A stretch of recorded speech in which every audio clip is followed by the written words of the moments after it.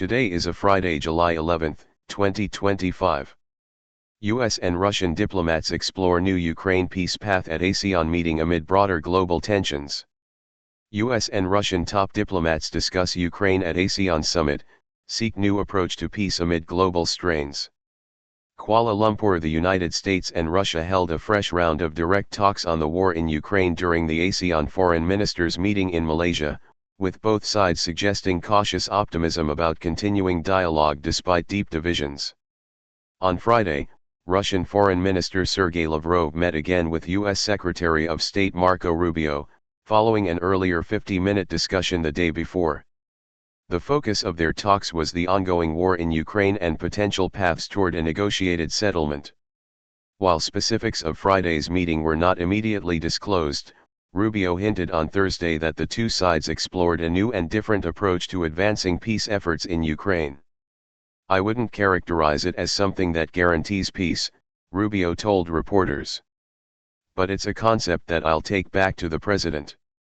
Lavrov later confirmed that he had outlined Moscow's stance during their exchange, consistent with what Russian President Vladimir Putin conveyed in his July 3 conversation with U.S. President Donald Trump.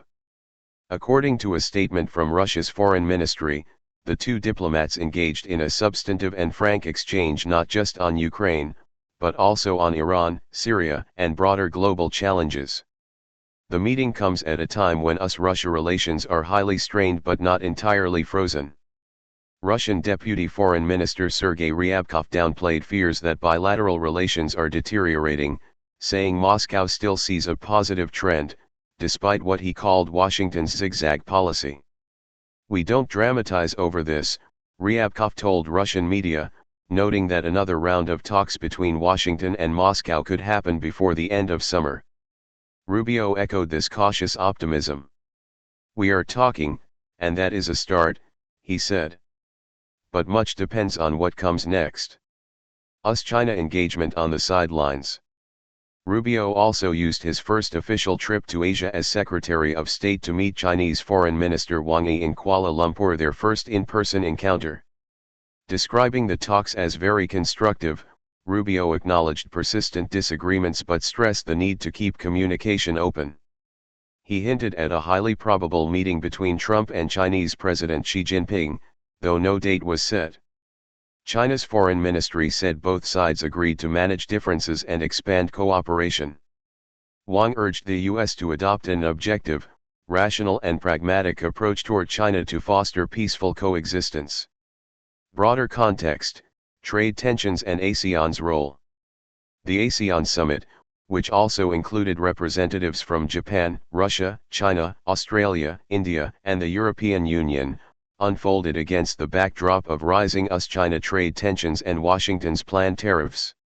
Starting August 1, the U.S. intends to impose steep tariffs on imports from 8 ASEAN nations including Malaysia as well as Japan and South Korea, citing a need to rebalance trade.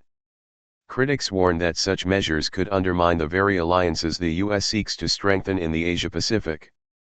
ASEAN foreign ministers expressed concern over escalating global tensions, underscoring the importance of a predictable, transparent, inclusive, free, fair, sustainable, and rules-based multilateral trading system in their joint communiqué. "We reaffirmed our commitment to work constructively with all partners to this end," the statement read.